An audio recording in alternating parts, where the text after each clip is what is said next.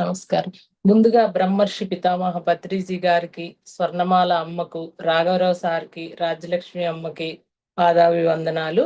ఈ జూమ్‌లో పాల్గొన్న ఆత్మబంధువులందరికీ నా నమస్కారము.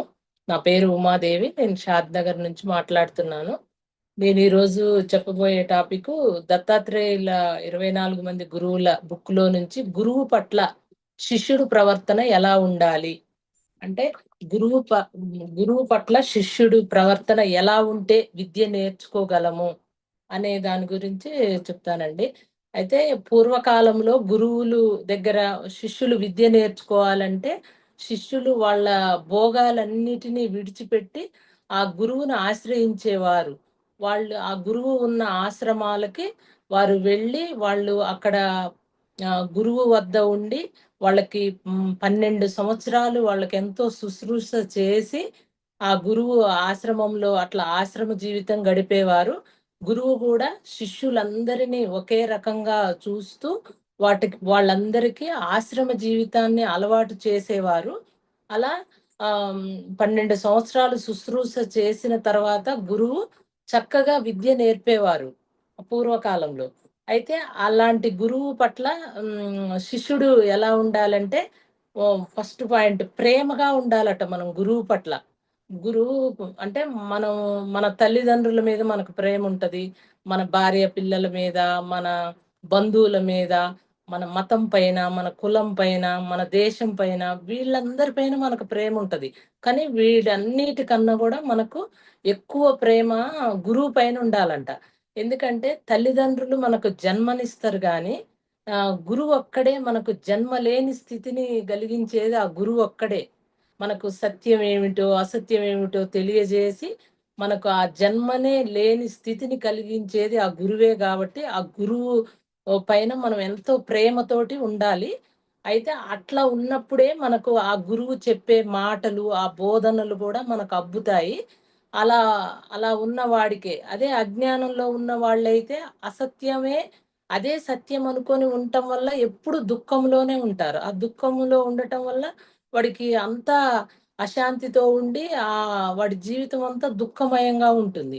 ఇప్పుడు ఈ గురువు పైన ప్రేమ ఉండి, ఆ గురువు మాటని, ఆ బోధనలని విశ్వసించిన వాడు ఆ సత్యాన్ని తెలుసుకుంటాడు కాబట్టి, ఆ జన్మల నుంచి కూడా మనం బయటపడగలము. అయితే ఇది ప్రేమగా ఉంటే గురువు పట్ల ప్రవర్తన ఇది. తర్వాత గురువు మాట మీద విశ్వాసం ఉంటే మనం ఎలా ఉండగలము అంటే, గురువు మాట పైనంట మనకు ఎంత విశ్వాసం ఉండాలి అంటే, అలాంటి మహానుభావుల నోటి వెంట అసత్యపు మాటలు రావట. వారు సత్యమే చెబుతారట. మనం జ్ఞానపరంగా ఎదగడానికే గురువు ప్రతి క్షణం ప్రయత్నం చేస్తాడట. దీనికి ఒక ఎగ్జాంపుల్ ఏంటంటే, ఆహ్, శబరి మనందరికీ తెలుసు. ఆమె ఆహ్, శబరి శ షట్‌శమాది శమదమాది షట్ సంపత్తిని భక్తితో ఆచరించిందంట. అంటే షట్ సంపత్తి అంటే శమము, దమము, తితీక్ష, ఉపరతి, శ్రద్ధ, సమాధానము. అంటే సంపత్తి గురించి చెప్తున్నానండి. ఆహ్, శమము అంటే అంతరేంద్రియ నిగ్రహము, దమము అంటే బహిరేంద్రియ నిగ్రహము, ఉపరతి అంటే శారీరకమైన కోరికలకు కొంత దూరముగా ఉండటము. హ్మ్. శ్రద్ధ ఆహ్, శ్రద్ధ అంటేనేమో త్రికరణ శుద్ధి ప్లస్ దీక్ష. అంటే మనస, వాచ, కర్మణ ఈ 3 ఉన్నా గూడా ఆ సాధన జేస్తున్నప్పుడు మనకు ఎన్ని ఇబ్బందులొచ్చినా గూడా మనము దాన్ని తట్టుకొని నిలబడటాన్ని ఆ దీక్ష అంటారు. త్రికరణ శుద్ధి ప్లస్ దీక్ష అని శ్రద్ధ అంటారు. ఉపరతి, శ్రద్ధ, సమాధానము. సమాధానం అంటే మనం ఎప్పుడు మధ్య మార్గంలో ఉండాలి. ఏ విషయానికైనా గూడా మనము దేనిలోనైనా ఒక మాట్లాడే విషయంలో, తినే విషయంలో, పనులు జేసే విషయంలో, నిద్ర ఏదైనా దేంట్లో గూడా మనం అతి ఉండొద్దు. పూర్తిగా తక్కువ గాకుండా మధ్య మార్గంలో ఉండాలి. ఈ షట్ సంపత్తినట ఆమె భక్తితో ఆచరించిందంట. శబరి. ఆచరించిన ఈమెవరంటే మాతంగ మహర్షి ఆశ్రమంలో ఒక దాసీగా ఉండేదట. ఆమె ఒక దాసీగా పనిచేసేదట. అక్కడికి వచ్చే శిష్యులు, ఆహ్, ఆ మునుల వల్ల వాళ్ళు మాట్లాడుకునే మాటలు వినడం వల్ల, ఆ సజ్జన సాంగత్యాల వల్ల, ఆ గురువు జరిపే వాటి వల్ల, చర్చల వల్ల గూడా, ఆ చర్చా గోష్ఠుల వల్ల గూడా ఆమెకేమనిపిస్తదంటే, ఆ పరమాత్మను దర్శించుకోవాలనే కోరిక కలిగిద్దట శబరికి. కలిగి ఆమె గురువుని అడుగుతదట. ఒకరోజు మాతంగ మహర్షిని అడగడం జరిగిద్దట. గురువుగారు, మరి మీరు రోజు ఇంత సాధన జేస్తున్నారు, ఇంత చర్చా గోష్ఠులు జరుపుతున్నారు. మరి నాకు ఆ పరమాత్మ దర్శనం కలుగుతుందిగా, నేనొక దాసీని కదా అనని అడుగుతుందట ఆమె. అడిగినప్పుడు ఆయన అంటారట, మేము రోజులో కొంత సమయమే చేస్తున్నాము గానీ, నీవు ప్రతి క్షణము ఆ సాధనలోనే ఉన్నావు. నిరంతరం అదే సాధనలో ఉన్నావు. నీకు తప్పక పరమాత్మ దర్శనం కలుగుతుంది అని చెప్తారట. అయితే ఆమె ఆ గురువు మాట పైన విశ్వాసం ఉంచి ఆమె ఎదురు చూస్తదట. చూసినప్పుడు ఆ శ్రీరాముడు రూపంలో ఆమెకి పరమాత్మ దర్శనం కలుగుతుందట ఈ శబరిమాతకి. అలా గురువు మాట పైన విశ్వాసం ఉంచాలి. అయితే మనం గూడా మన పత్రి సార్ మాట పైన మనం గూడా విశ్వాసం ఉంచి, ఈ మార్గాన్ని పట్టుకొని శ్వాస మీద ధ్యాస ఉంచి, మనం చేసి మనం గూడా కష్టాలను తొలగించుకొని, మన ఆత్మ ఉద్ధరణ కోసమే కదా ఇదంతా చేస్తున్నాము. అయితే ఎప్పుడైనా సరే శిష్యుడు ఎలా ఉండాలంటే, గురువు మాటని విశ్వసించాలట. అప్పుడే ఆయన మనకు ఏది సత్యము, ఏది అసత్యము, ఏది శాశ్వతమైనది, ఏది అశాశ్వతమైనది, ఇలాంటివన్నీ తెలియజేస్తాడట. అంటే ప్రపంచం శాశ్వతమా? పరమాత్మ శాశ్వతమా? హ్మ్. శరీరం ఆత్మ శాశ్వతమా? విగ్రహం శాశ్వతమా? ఇలాంటి విషయాలన్నీ మనకు గురువు తెలియజేస్తాడు. అంతే కాకుండా అసలు మనము తినే ఆహారం కాడ్నుంచి మనము ఆహారం ఎలా తినాలి? అసలు ఏ ఆహారం తినాలి? అది ఎంతవరకు తినాలి? మనం పనులు చేసేటప్పుడు గూడా ఏ పని చేయాలి? ఎంతవరకు చేయాలి? అది ఎలా జేయాలన్న కాడ్నుంచి మళ్ళీ సాధన కూడా, సాధన ఎలా జేయాలి? మనం ఎంతవరకు జేయాలి? ఎలా ఉండాలి? ఎట్లా ఆచరించాలి? ఇలాంటివన్నీ ఎన్నో విషయాలు మనం గురువు నుంచి ఎన్నో విషయాలు నేర్చుకుంటాము.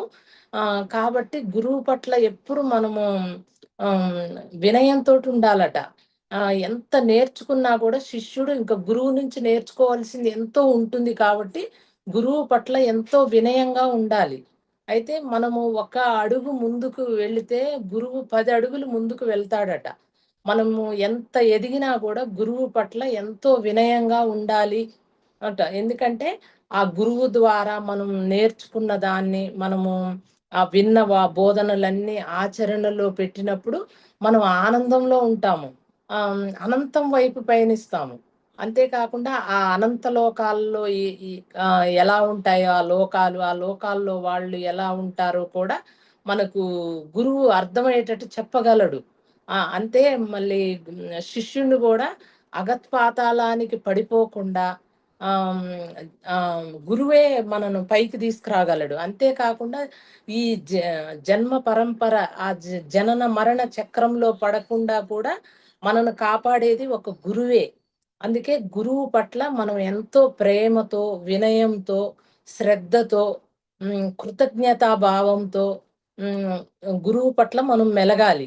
అంతేగాని మనం కొంత నేర్చుకొని ఎదగంగానే ఎదిగిపోయామనని గురువు దగ్గర మనం తల పైకి ఇట్లా ఎగరేసి చూడడం అలాంటివి ఎప్పుడూ చేయకూడదు. గురువు పట్ల ఒక శిష్యుడు ఒక తెల్ల కాగితం ఎలా ఉంటుందో అలా ఉండాలట. అట్లా ఉన్నప్పుడే ఆ గురువు నుంచి మనం నేర్చుకోగలమట.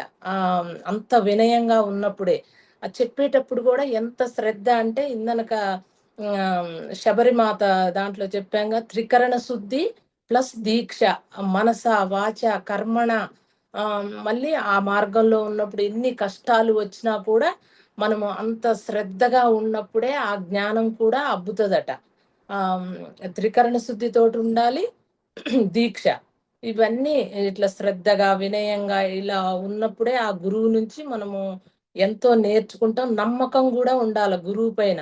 నా గురువు నాకొక సాధన నేర్పాడు అంటే అది మనం ఎంతో నమ్మకంతోటి చేయాలి దాన్ని. ఇంకా ఎవరైనా వచ్చి ఇది కాదు, ఈ వేరే సాధనలు ఎన్నో ఉన్నాయి, అవి చెయ్యవచ్చు అనని ఎంత చెప్పినా కూడా మనము మన గురువు మాట పైనే విశ్వాసం ఉంచి చేయాలి గాని, ఇతరులు చెప్పారని అలా అంటే ఎలా ఉండాలంటే, ఆ గురువు ఆ పరబ్రహ్మే నాకు ఈ రూపంలో వచ్చి నాకు చెబుతున్నాడు అనన్న నమ్మకంతోటి నువ్వు చేయాలట. అట్లా చేసినప్పుడే మనము ఎదగగలం. మనం గూడా ఇప్పుడు పత్రి సారు చెప్పిన మార్గం బట్టుకొని, ఇట్లా ఇప్పుడు ఇవన్నీ కొంత ఈ లోకం ఇప్పుడు ప్రస్తుతం ఉన్న ఇది మన జీవితానికి చాలా అయితే విరుద్ధంగా ఉన్నాయి.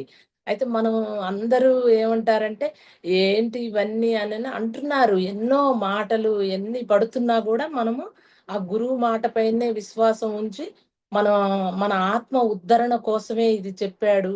మనం మన ఆత్మ ఎదుగుదల కోసమే అనని ఆ గురువు మాట పైన విశ్వాసం ఉంచి, మనము సాధన చేస్తేనే మనం జ్ఞానం పెంచుకొని, మన కర్మలను తగ్గించుకోగలము. కర్మల్ని తగ్గించుకోగలము. జన్మలను తగ్గించుకొని ఉన్నత లోకాల వైపు పయనించగలము. ఒక గురువు మాత్రమే మనను ఈ జనన మరణ చక్రాల్లో పడకుండా, మనను అగపాతాళానికి పడిపోకుండా మనను అనంతం వైపు తీసుకువెళ్ళేవాడు ఈ సద్గురువు ఒక్కడే. సద్గురువు అంటే ఆయన ఆచరించి మనకు అంటే ఆచరణ గూడా గాదు. అనుభవంతోటి జ్ఞానం నేర్పేవాడే సద్గురువు. సద్గురువు అంటే సత్యాన్ని దర్శించి ఆయన అనుభవంలోకి తెచ్చుకొని మనకు చెప్పేవాడే సద్గురువు. కాబట్టి సద్గురువు పట్ల మనం ఎంతో వినయంతోటి, శ్రద్ధతోటి ఉండాలి అనని ఓకేనండి నాకు ఈ అవకాశం ఇచ్చింది. శ్రద్ధగా ఉండాలి.